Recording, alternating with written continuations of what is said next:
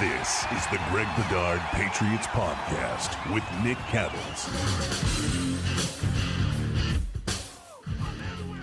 Lots to talk about today, and I don't think much of it, if any of it, is good. But we're going to get to it. He's Greg. I'm Nick. I remind you, you want to download the PrizePicks app today. Use code CLNS. Get $50 instantly when you play $5. That's code CLNS on PrizePicks to get $50 instantly when you play $5. You also want to take the guesswork out of buying tickets with Gametime. Download the Gametime app, create an account, use code CLNS for $20 off your first purchase. Download Gametime today. What time is it? Of course, it's game time. All right, Greg, we start with the news from this morning. And it's been a little bit all over the place with David Andrews. Mark Daniels of Mass Live came out and he reported that David Andrews was deciding whether or not to have surgery on the shoulder. If he doesn't have surgery and plays through the injury, he's likely to miss all of 2025. Then we had Andrew Callahan, who reported that, of course, from the Boston Herald, that no decision was imminent. Then we just heard from Ian Rappaport in the last hour or so.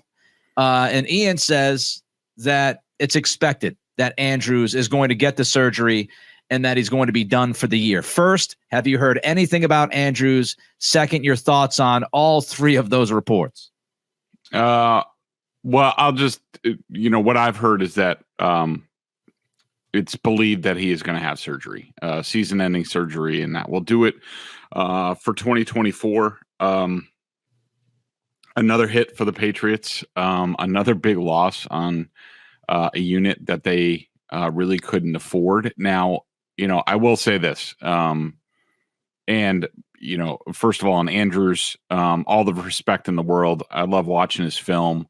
I think he's been criminally underrated around here and in the league in recent years. Everybody wants to sort of put dirt on his grave and say that, he's getting old. He's lost the step and all that stuff. And to me, it's nonsense. I think he's been a terrific player for this team in the scheme. He's always been probably consistently their best offensive lineman going back years. Game in, game out, he gave you a consistent level. Often it was a terrific level. Are other guys faster and stronger and get to the second level more around the league? Yeah, but I'll take David Andrews anytime.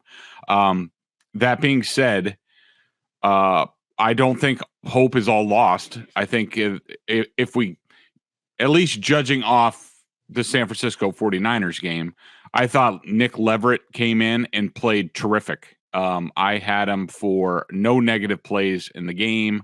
I had him for 3+ run blocks. That's a typical David Andrews game. I thought he was really good. He was, I would say he's a little bit more powerful than David. The issues that we saw in the preseason were mostly with his shotgun snaps. Those have not been an issue. At least they weren't against the San Francisco 49ers. We need to see the way teams attack Leverett as opposed to Andrews. Maybe they do things a certain way. Now, I will say the Patriots interior, and this includes when Andrews was in there, had a tough time with San Francisco. It got better when Leverett was in there. But we're going to have to see. And then you also have the possibility now, especially it might force your hand, where whenever Cole Strange comes back, you're probably going to have to train him up at center because you have enough guards. You have plenty of guards, too many guards. So that's something that we've talked about going back to when Cole Strange was drafted. I don't think it's an ideal fit. I don't know if he's going to be good at it because it's more of in this system. I think he would have been a better center in the old system than this one because this system puts a lot on the center. Actually, they're in charge of everything at the line, where the old system used to be on the quarterback, and the center just did what the quarterback basically said. I don't think that's a strong point for Cole Strange, but I think they're at the point now where they have to go that route with him. I know I'm going to catch all sorts of heat for this, and guess what? I couldn't care less. I'm going to talk about the offensive line for a minute, but before I do, Jerod Mayo, while we are recording this, is actually at the dais and speaking with the media, and he just made it official that he said it looks like Andrews is going to have surgery and he'll be likely done for the year. So we know that much now from the head coach. I'm not telling you the offensive line would be bad, good, great, awesome. But this is now getting to the point of ridiculous when it comes to injury. And when you look back and you evaluate things, we have to keep the context out there because context is important. Six of the top 8 offensive linemen at camp have either been injured, are injured, or left the team due to mental health. I don't know how many teams would be able to survive this and play good football up front. Now, can they survive at certain spots? Yes. But this is getting close. If it's not already there, it's getting close to being a calamity. I mean, last week you had your 4th string left tackle, City So coming back finally from injury with his first game, and then your backup center, backup right guard, and backup right tackle. This offensive line is a bunch of mixing and matching and hoping for the best. And I don't know where you go from here, but I'm sure this was not Elliott Wolf's plan to have 6 or 7 dudes hurt and or leave the team pretty much all at the same time. Now, people will say that's excuse making. Again, I will tell you it is a reason why we haven't been able to figure out the offensive line. When you have all of this stuff happening, it was the same thing last year. Through the first 6 weeks or so, the offensive line was a disaster, mixing and matching, trying to figure it out. And then actually the second half of the season, the offensive line got better, but by then the quarterbacks were broken. You don't have any time to evaluate guys, gain continuity, and sink or swim. So I don't know what the desired offensive line would have looked like by week 5. All I can tell you now is it's a disaster. And I am surprised that Jerod Mayo, something else he just said, Greg, is that at this time, the team is not going to bring in a veteran offensive tackle. I don't know what Wallace's injury situation is. I know it was reported that he had crutches on, and I mean, he had crutches and he had a boot on after the game on Sunday. I don't know what Vidarian Lowe's injury is, but I'll tell you, if those guys are set to be out for multiple weeks, it is irresponsible by Elliott Wolf and Jerod Mayo to not bring some sort of veteran offensive tackle, at least out of the practice squad. I don't know how you think you can go in there with DeMontre Jacobs and pretty much nobody else behind him and think that's a good idea. Yeah, I mean, the problem is the Patriots are getting to the point, and and when you say sort of veteran offensive tackle, like are you talking like a Donovan Smith, somebody who's played? Yeah, I mean, been a starter before. I would take any veteran offensive left tackle that would be willing to play for the Patriots, because I do think, again, context, I do think it'll be a tough sell to bring in certain guys. It just depends on if they really want to play football or not. At this point, you're 1-3. Everybody sees what you are as a product. They see your offensive coordinator, they see your quarterback, and they see all these injuries up front. So maybe some of these guys would say, you know what? I don't even want the paycheck to join you. But I would be looking under every rock. They had somebody in yesterday. His name escapes me. He played for the Saints, right? Yeah. He has some experience. He's played guard. He did play some left tackle a number of years ago. I'd be looking under every rock, Greg, at this point, if Lowe and or Wallace are going to be out for, like I said, multiple weeks. Yeah, I mean, that's where I was sort of going with that I think that the time of them getting, say, like a Donovan Smith or a David Bakhtiari or Charles Leno, one of these guys who's started before in the league, I think that's over, because I do think that these guys look at the situation with the Patriots and say, so I'm gonna get off my couch and make a little bit of money and be on a crap show offense that's probably going to win somewhere between 4 and 6 games. Yeah, no thanks. Yeah, I'm just looking at their roster to figure out exactly what they have at this point and like what they have on. So let's see, the practice squad, as far as offensive linemen, they have Liam Fornadell, who is more of a center. He's like a Dan Conley type of guy.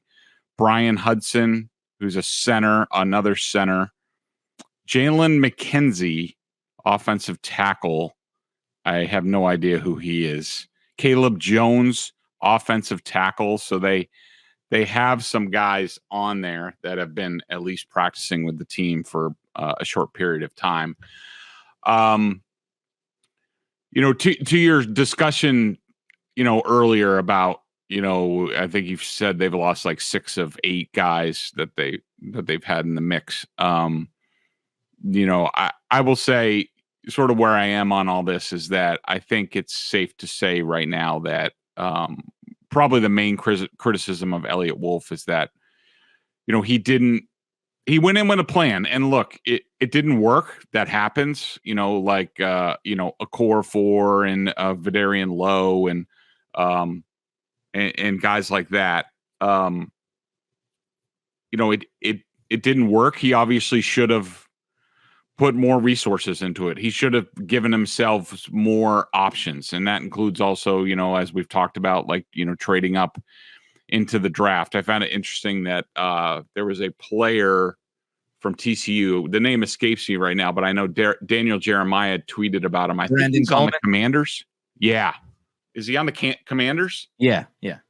And he went 1 pick before Caden Wallace, and he started at left tackle or played a lot at left tackle for the Commanders, and we know how their offense is going. Look, just, about the offensive line, I understand. Yes, their situation,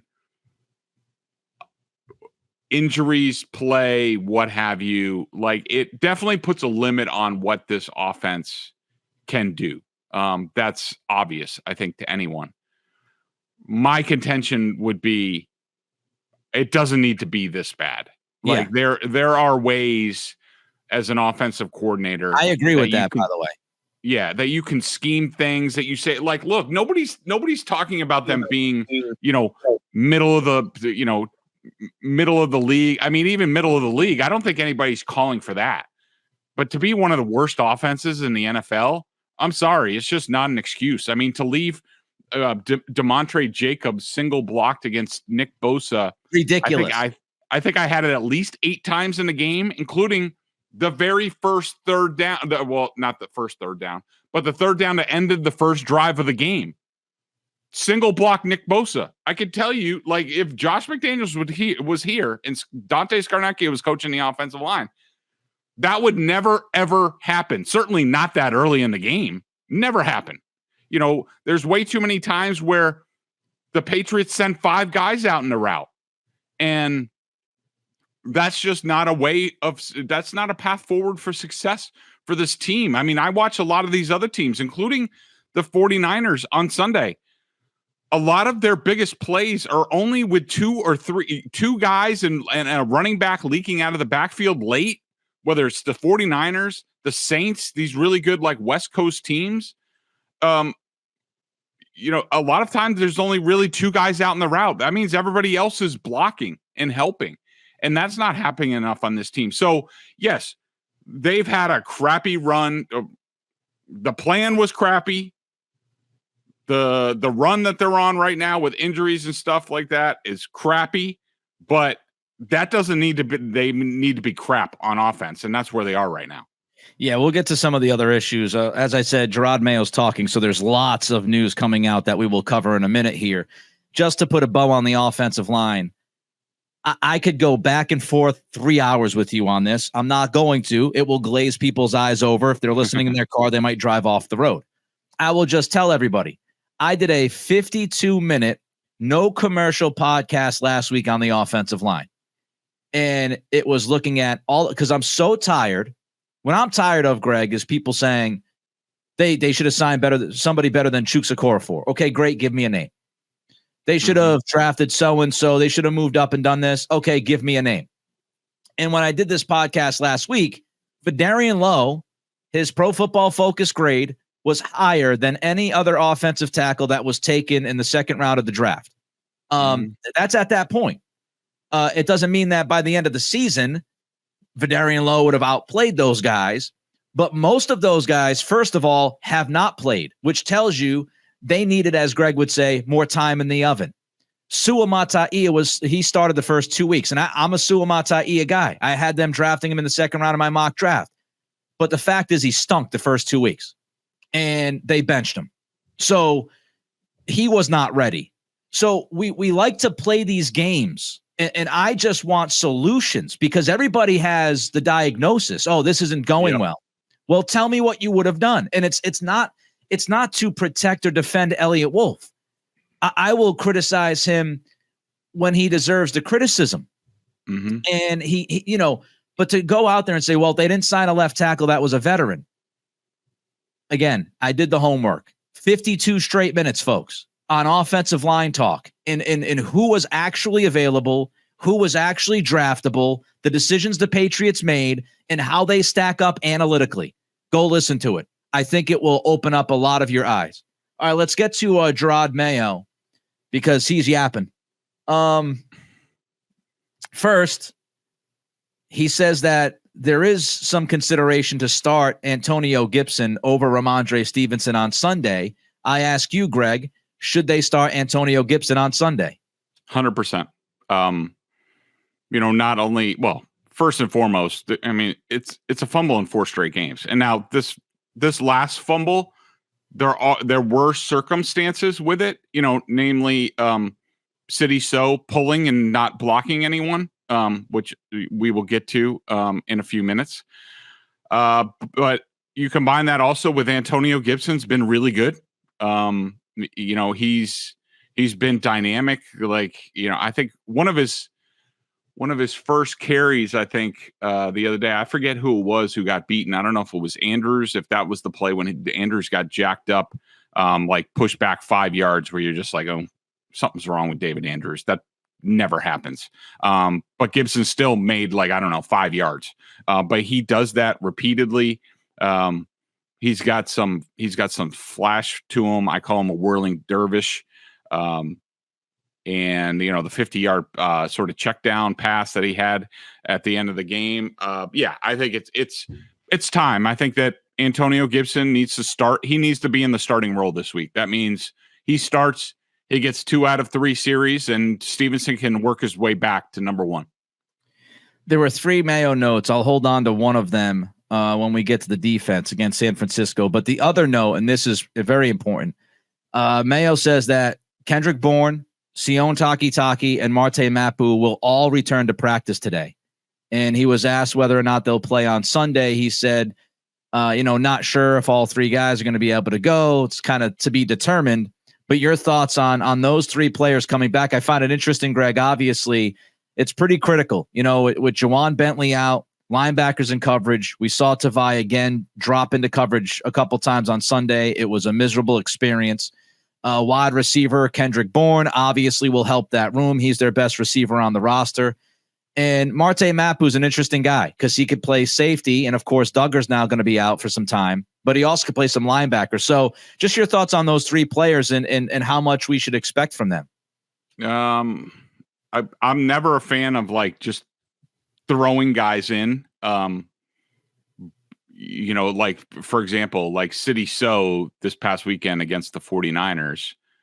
I know there were circumstances like Michael Jordan not being available because Michael Jordan was playing fine at left guard. And I think if the Patriots had their choice, they probably just would have left Michael Jordan as a starting left guard and maybe worked City So into the game, or at least that's what I'm going off of. I know Bill Belichick would have done that.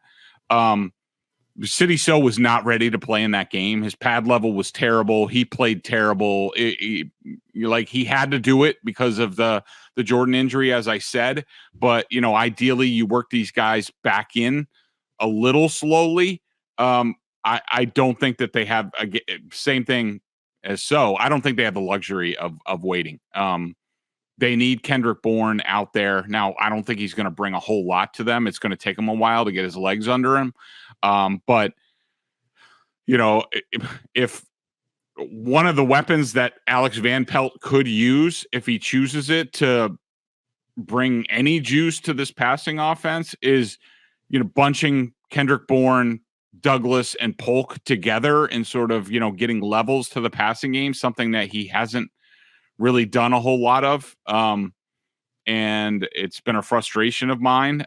So I want to see that. I think they need Taki because, Tavai, especially if Jennings is out again, they need Tavai more on the edge. He's better there. He can't drop into coverage. Taki's more of an athlete at linebacker. Mapu with the Duggar thing, and also their linebacker coverage in pass. They need him out there. Now, again, I don't know what the hell he does or how good he is because he's never been on the field.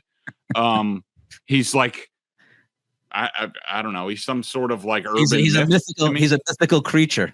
Right. Yeah. I mean, certainly we know the skill set that he has, and we've all been like enticed by that, but the dude hasn't been able to stay on the field for more than like 5 minutes. So, but they need him. And so I expect all those guys to play this weekend. All right, we got more coming up. But first, Greg, I know what you want to do right now. You want to brag, because again, Bedard the soothsayer nailed his PrizePicks last week. Woo! PrizePicks is America's #1 daily fantasy sports app with over 5 million active members.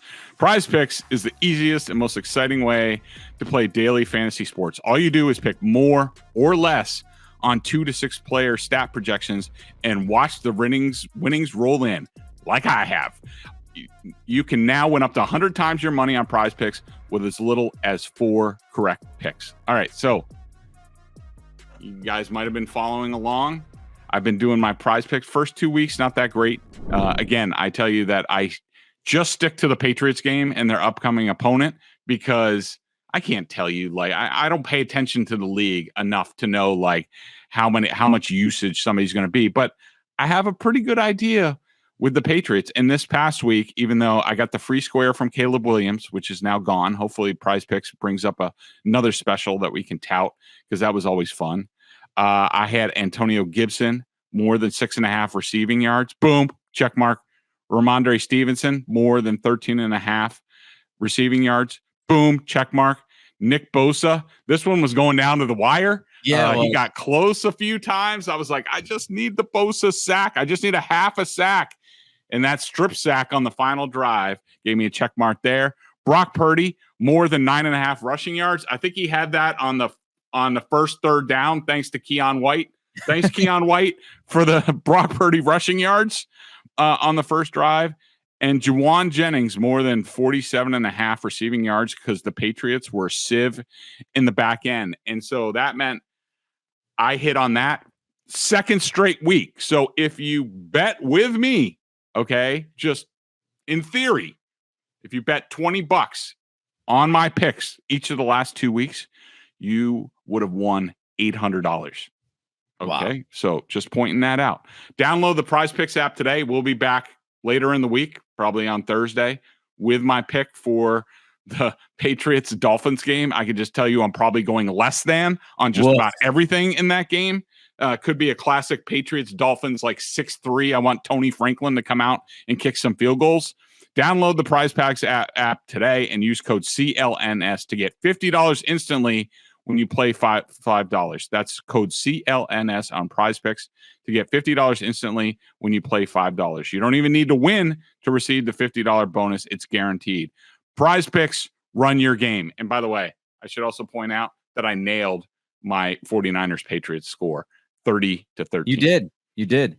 And I tweeted before the game. I had 24-13. And I stood by the prediction just to stand by the prediction, but I did tweet out with Kittle and Debo and Trent all playing. I said I would not be surprised if San Francisco gets to 30. So I didn't nail it, but if I knew then what if I knew at that point earlier in the week, I might have agreed with your score, which would have just looked like I was copying you anyway. And by the way, shout out, big thank you. Big swinging Bedard here walking into the room needs to send a shout out to AVP who saw Nick Bosa treat Trey Jacobs like a useless paper towel in the drive before and almost killed Brissett to then decide to go one-on-one with Bosa again with an empty backfield so Bosa could get the strip sack. So thank you, Alex. We'll get to more of that in a little bit. All right. Let me start here quickly, just quickly. We talked about the offensive line. This is kind of our weekly update. Is there any chance in hell, now that David Andrews is out, that you would think about starting Drake Maye in the next couple weeks? Well, this is it's a little complicated, and I'll try to be quick about it. Number one, they painted themselves into this corner. We've talked about it ad nauseum for weeks, that there's not another veteran quarterback that, say, worst case scenario, because of their quote unquote plan, which I love their plan. I think you and I both said Drake Maye, he's raw, but if you think he's the dude and he has the talent to be the dude, he has the intangibles to be the dude, then draft the dude and develop a plan and then stick to the plan at all costs. I've said that. I stand by that. The problem is they didn't leave themselves any outs, which I would not have done. I would have brought in a veteran. We talked about it at the time. Some veteran on the practice squad, just to give yourself options, just in case something happens, like Jacoby Brissett bursts a spleen behind this line, or where we are right now, where Jacoby Brissett is his effectiveness is lessening with every week, including, I thought he was terrible in this game against the 49ers. I thought that there were plays there to be made. This was going back to 2021, Mac Jones's rookie season. This is my fourth worst graded game for a Patriots quarterback. We all know about the pick six, where two guys were open. Yes, there was pressure on the play, but if Jacoby anticipated better, the ball already would have been out to Pop Douglas or Jalen Polk for a big gain. And instead, he was staring down the dig with Tyquan Thornton on the backside. I think because on the first drive, on the first third down that ended the first drive, he did not anticipate a dig to Jalen Polk. They probably came back to the sideline and said, Jacoby, you got to throw the dig. You got to throw the dig. Drake Maye throws the dig. Jacoby Brissett does not, and I can almost guarantee you he came to the sideline after the first series and they're like, next time we're dialing this up, you got to throw the dig. Guess what? He stared down the dig. Fred Warner made a ridiculous play, and it went for a pick six. And by the way, kudos to Jalen Polk for walking off the field during the pick six. Nice job. But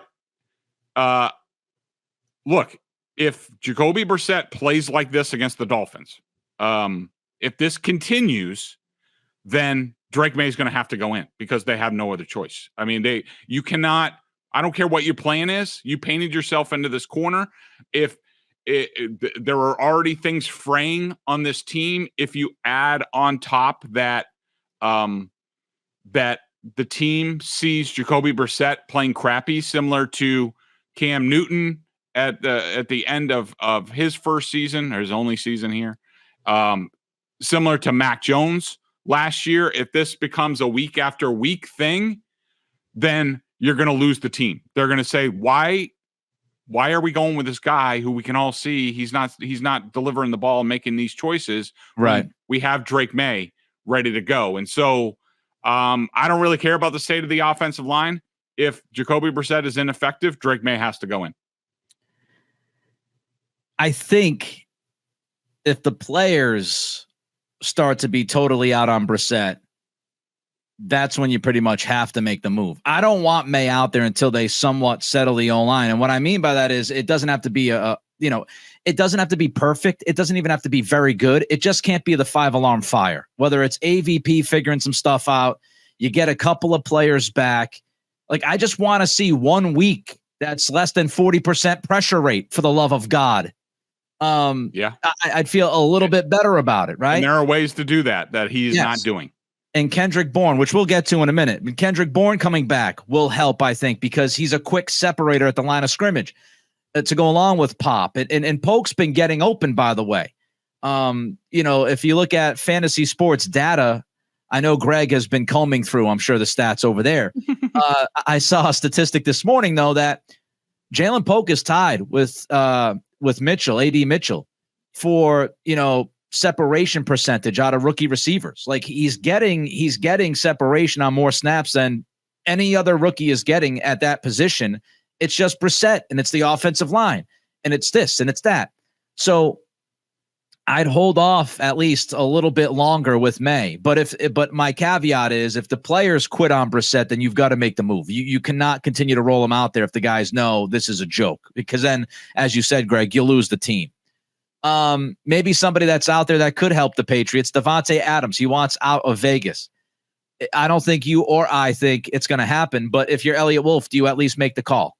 Hell no.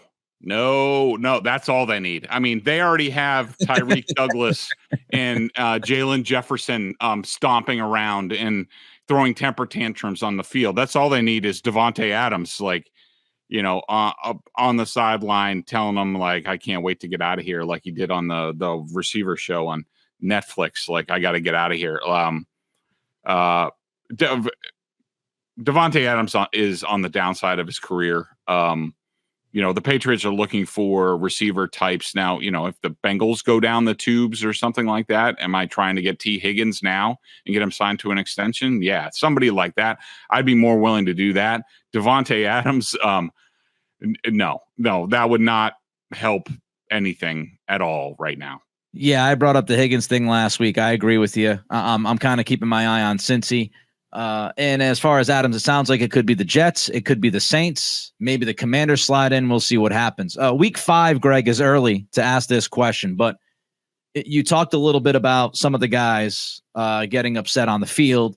Kyle Duggar is now, his timeline's TBD. You lose David Andrews. You've lost Juwan Bentley. And we always talk about those guys as far as on-field contributors, right? But I think we also have to appreciate the soul of a football team and the leadership of a football team. And man, Bentley, captain, one of the leaders on your defense, one of the leaders for this team, done. Andrews, huge leader of this football team, done. Duggar replaces Bentley as a captain. He's now done for at least a few weeks.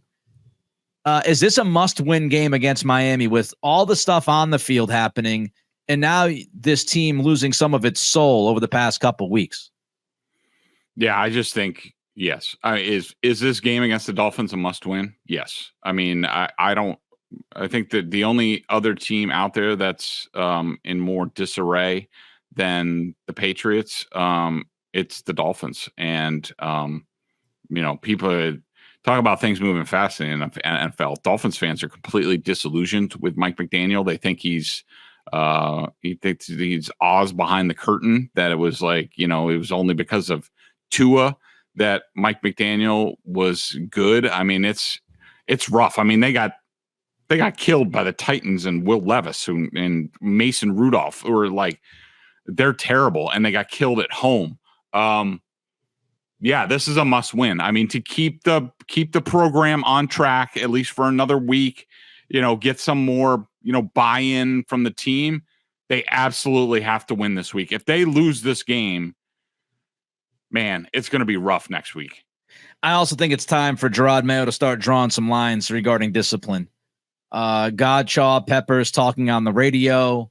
The wide receivers, Ramondre Stevenson should have been benched last week. In my estimation, as soon as he fumbled that football, he should have been on the bench the rest of the game. It's time for Jerod to step up and start being a little bit more of a disciplinarian. So stop considering benching Ramondre and just do it in the moment, Jerod.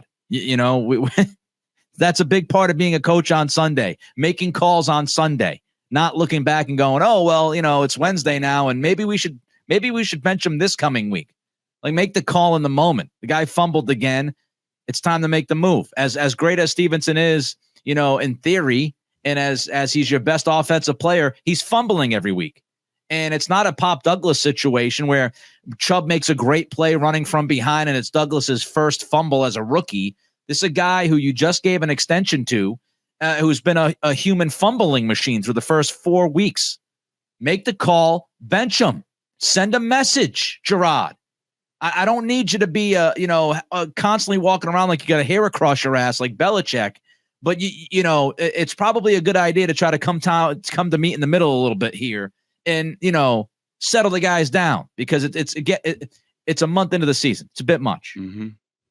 All right, before we get to the Patriots offense, we're going to do quick offense defense against San Francisco.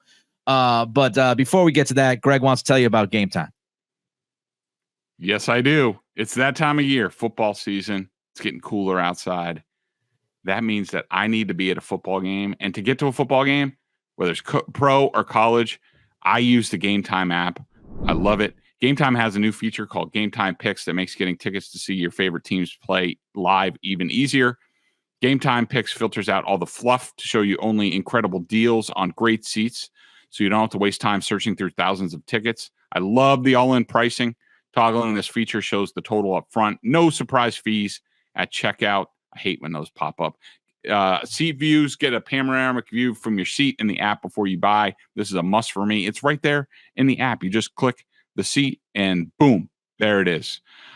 Take the guesswork out of buying tickets with Gametime. Download the Gametime app, create an account, and use code CLNS for $20 off your first purchase. Terms apply. Again, create an account and redeem code CLNS for $20 off.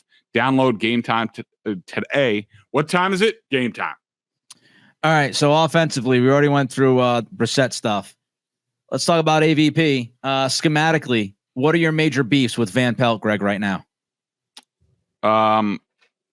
So my major beef with Alex Van Pelt, let me just, go through my notes. The Patriots present the opposing defenses no schematic issues. They don't do anything challenging like motions, formations, no huddle, missile motions. We've seen a few orbit motions, which look pretty awkward. Like he's just like, I saw this on film that somebody else did, so I'm going to throw this out there for no reason.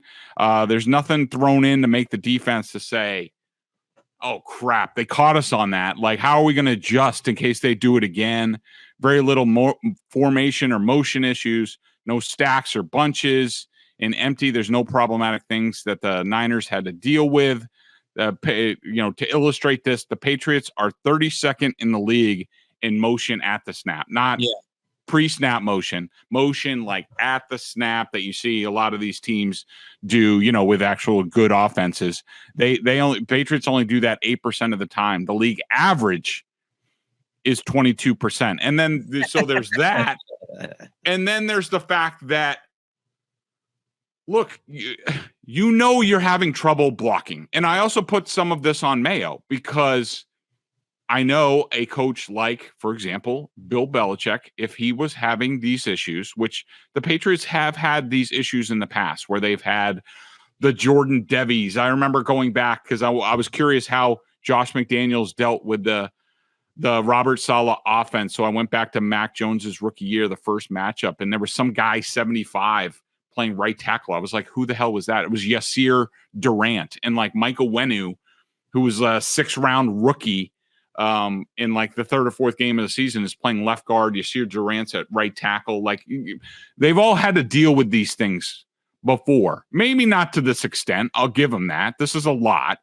But I could tell you a coach like Bill Belichick would go to Josh McDaniels, especially after, say, Tom Brady got killed, like 50% pressure rate or something like that. And Bill Belichick would go to Josh and he's like, I understand we have issues. I said, he would say, we are going to run the ball and we're going to run the ball until they prove they can stop us. And also, we are not getting our quarterback killed. That's the franchise, Tom Brady right there. I don't care what you have to do. I don't care how many times you max protect. We are not getting our quarterback hit in the first quarter of this game. So figure it out.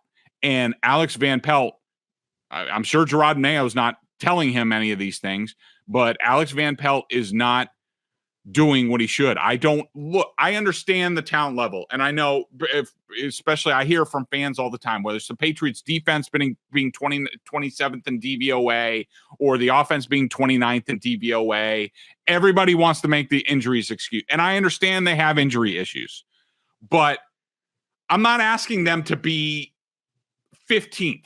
I'm asking them to be 22nd. And I'm sorry, I don't care where you think their talent level is. It's not that bad, and coaching should be able to bring it up a little bit more. And to me, I think coaching is bringing it down. Alex Van Pelt is not doing a good enough job, and he needs to figure it the F out.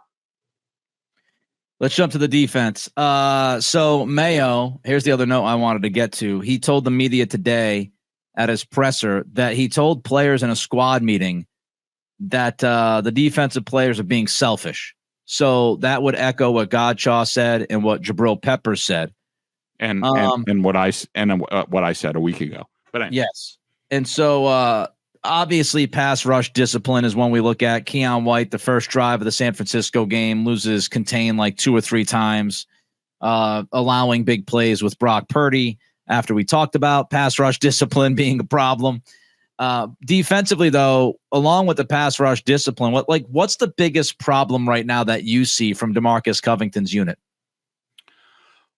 What I see is that they are relying way too much on zone coverage early in games. I think when I was looking at this the other day, I think they were in zone coverage in the first quarter against the Niners 78% of the time, and a lot of times it's in cover 2, sometimes Tampa 2 coverage, where the middle linebacker, in this case Tavai, would be responsible for carrying the seam up the middle, and that's just not his bag. I mean, he's a good player, but being 20 yards down the field is not a good place. I think what I don't understand about what DeMarcus Covington's doing, and there's obviously more and more film. So, I mean, I think Kyle Shanahan had a pretty good grasp at look, in this certain situation, and it seemed like it was first down a lot of the time. He's like, we have a pretty good chance that we're going to get cover 2. And here's our cover 2 beaters on fleek, and Brock Purdy just flick the ball out there, just throw it out there. And I think what I would really like to see them do is I think they need to get back to their man-to-man roots. I mean, we understood the situation last year where Christian Gonzalez went out early. They had no Jonathan Jones, no Marcus Jones. All those guys are back, and they're all, good players. Right. And that should be a strength. You should look at, and this is similar to the offense, like these coaches should be like, all right, well, what do we do well? And let's do more of that. Well, when Gonzalez, when they marry up pressure and coverage, it looks pretty good. Like the coverage is good down the field. I think they need to go more man-to-man and 5-man rush, and not just blitz, mix things up. Like they need to be a little bit more aggressive, especially early in games. I just don't think there's enough aggressiveness. They're not causing enough turnover-worthy plays. And I think the bringing better pressure, designer pressures from the second level and marrying that with man coverage, I think that's the way to go with them, and I don't think they've done it enough. There's just an overall lack of aggression from this team, I feel like. Mm-hmm. Zone coverage being played too much. Not trusting Christian Gonzalez to try to just shut down the best receiver and shadow him and play man and just say, he's one of our best defensive players. If he gets beat once, freaking well. We're gonna just roll with him, and if he can shut down some of the field, awesome. They just, they didn't have him shadow anybody this past weekend in San Francisco, so they've kind of gone away from that. Lean into it. Gonzalez is one of your best players. One thing on that, Nick, I just want to say real quick, watching San Francisco the week before against the Rams, and you always want to watch them against divisional teams that know them really well. And especially McVay knows Shanahan so well. Like the Rams played a lot of man-to-man coverage against the 49ers. I mean, they were, I forget who it was. I think it was number 27 for them on the Rams. I don't even know who it was at cornerback, but he jammed the crap out of Brandon Ayuk all game, and Brandon Ayuk didn't do anything. And, Juwan Jennings won his matchup and had a big game against the Rams, but a lot of those were like circus catches. Like it was a high degree of difficulty, and the Rams ended up, winning at the end of the day and coming back. And, to me, I don't know why DeMarcus Covington didn't look at that and say, you know what, let's go, they'd have to figure out Debo, because that was a little bit of surprise that he was active for this game. But let's go Jonathan Jones getting Brandon Ayuk's kitchen, put Christian Gonzalez on Juwan Jennings, and we'll figure the rest out and dare them to make plays. And they didn't do that enough at all in that game. It's just mind-blowing, some of the stuff that's happening from a coaching standpoint. And I know it's a young coaching staff as far as experience in their specific positions, but you have to be better than what we have seen. And that goes for both sides of the ball. Shout out to Jeremy Springer, whose special teams unit has actually been really damn good. He's the only coach. He's the only coordinator getting something out of his guys consistently. What the hell is going on here? And you know, what could be even more frustrating, Greg, is when you look at the numbers. Andrew Callahan had this. When Patriots played man coverage, Purdy went 2 of 9 for 22 yards. He did have a touchdown against single coverage, but 2 of 9 for 22 yards against man coverage. And you played zone. Like, way too much. And AVP, the first 4th down call. What in the bleeping hell was that? You overload the right side of the offensive line and you run behind your tight ends and wide receiver. What are we doing? And let alone the crack blocks with Tyquan Thornton. Great job. 7-yard toss. Great job, Alex. And I'll also say this. It's tough when you sit down and watch a football game, and within the first 5 minutes of the game, you want to throw something through your television. And I reached that moment against San Francisco when Jerod Mayo from the San Francisco 41-yard line decided to punt on a 4th and 3. Double-digit underdog on the road. Your offense has been averaging like 13 points a game. You're actually moving the football. You know your defense has not been playing great. You know San Francisco is going to be able to move the ball against you because they do it against everybody. And you're on the 41-yard line, 4th and 3, and you punt the ball away. What are you telling your team in that moment? You might as well just look at everybody and say, yes, I am pissing down my leg, everybody. Why don't you just join me? That's what that was. I mean, let me add one more thing to that. What about with like a minute 30 before halftime, San Francisco's deep in their own end. They fumble the exchange between Purdy and Mason, and they have to jump on it. It's 3rd and 15 with about 1:30 left. Does Mayo take a timeout and be like, oh, we have an opportunity now to, steal a touchdown before halftime, get back in this game? No. He lets the ball go. He lets the clock go down. San Francisco lets it go all the way down. Takes the timeout. They punt.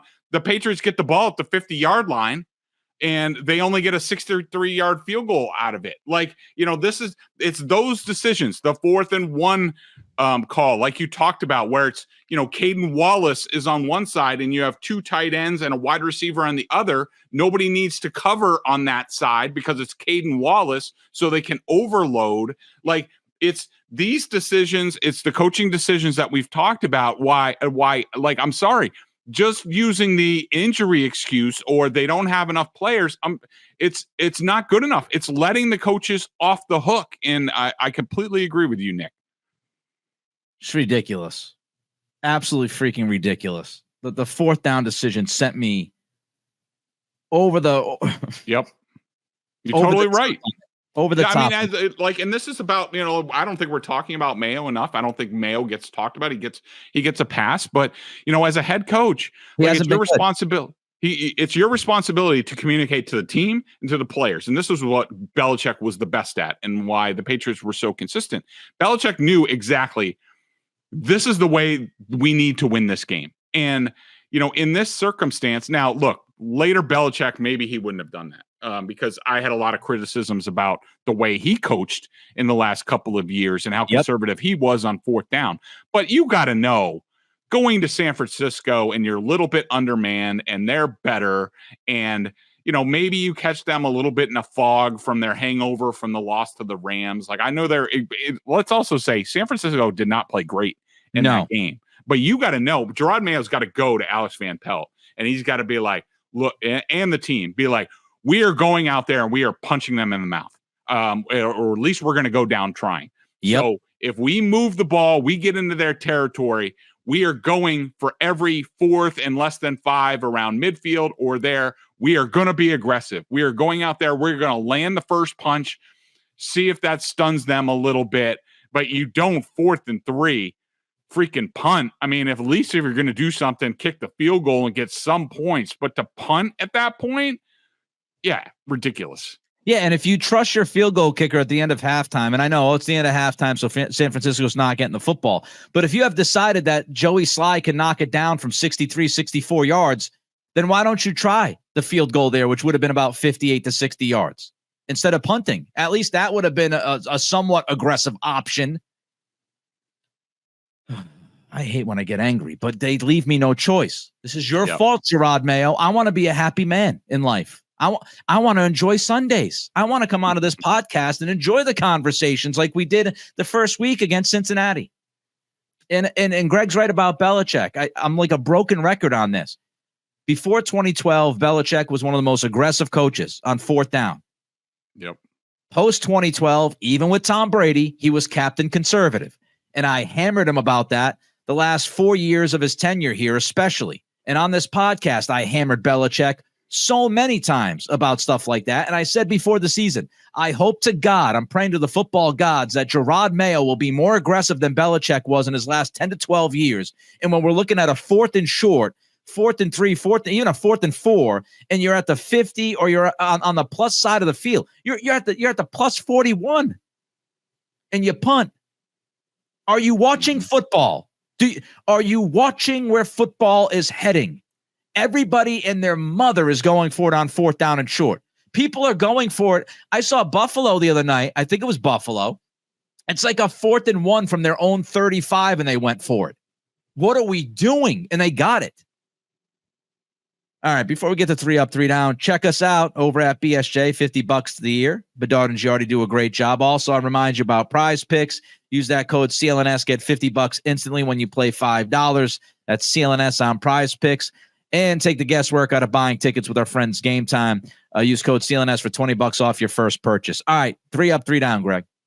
So real quick, I'm going with Jabril Peppers, who was a badass in that game. I love that guy. Check out the video that I tweeted out about his play, his hustle and pursuit on the next to last play of the game when the 49ers are about to take a knee.